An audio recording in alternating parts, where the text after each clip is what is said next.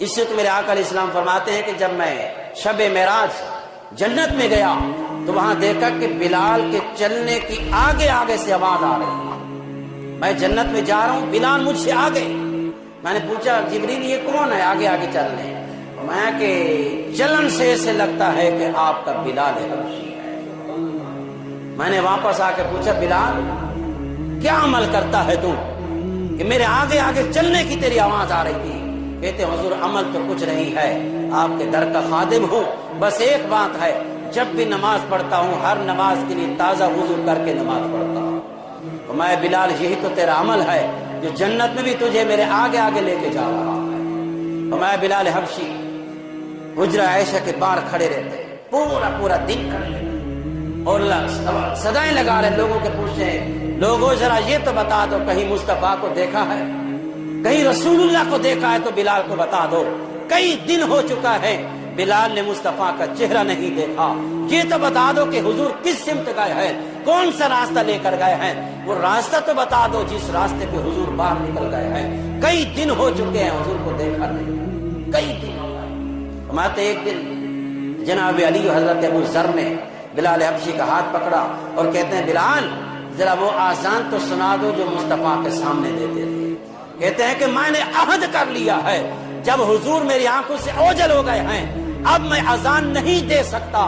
میں نے یہ عہد کر لیا ہے کہ اذان نہیں دوں گا، کیونکہ جب اشہد ان محمد رسول اللہ کہتا تھا تو مصطفیٰ کی ذات میرے سامنے ہوتی تھی. اب کس کو کہوں گا، مصطفیٰ تو سامنے رہے نہیں ہے. لیکن ان دو شخصیات نے اصرار کیا، کرم فرمائے آذان تو سنا دے. اس جگہ پہ ہاتھ پکڑ کے لے آئے جہاں حضور کی جگہ سامنے بلال آذان دیا کرتے تھے. جب آپ نے ایک مرتبہ کہا اللہ اکبر اللہ اکبر، بس یہ جملہ کہا آپ کی زبان پہ رقت طاری ہو گئی. اگلا جملہ بھی آپ کی زبان سے ادا نہ ہو سکا اور سسکیاں بھر کے روتے رہے. دوسرا جملہ کہا پھر سسکیاں بھر کے روتے رہے. جب اشہد ان محمد رسول اللہ پہ گئے پھر مصطفیٰ کے روزے کی جانب دیکھا لیکن اگلا جملہ کہنا بھول گئے. دوبارہ سے پھر اللہ اکبر کہنا شروع کر دی.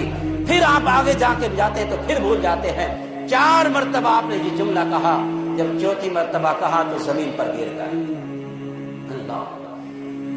حضرت علی اور حضرت ابو ذر نے اٹھایا اور آپ کو اس جگہ پہ بٹھا دیے جہاں بیٹھا کرتے تھے.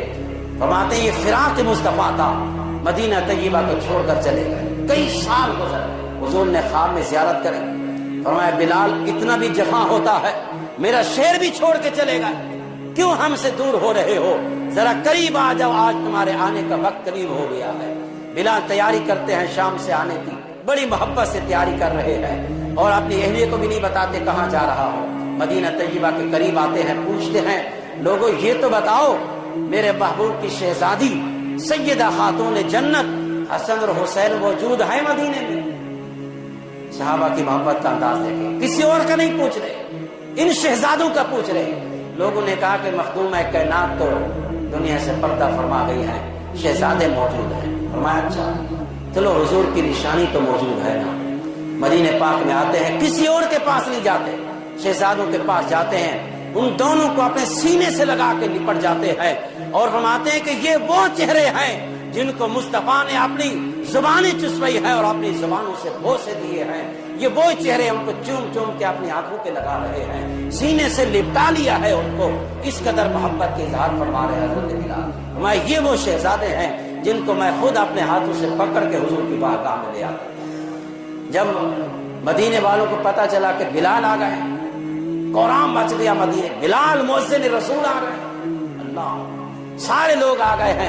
کہتے ہیں بلال ایک مرتبہ وہ آذان سنا دو جو مصطفیٰ کے سامنے دیا گیا. فرمایا نہیں آذان نہیں ہو سکتے. اب آیا اس لیے ہو کہ حضور نے بلایا ہے.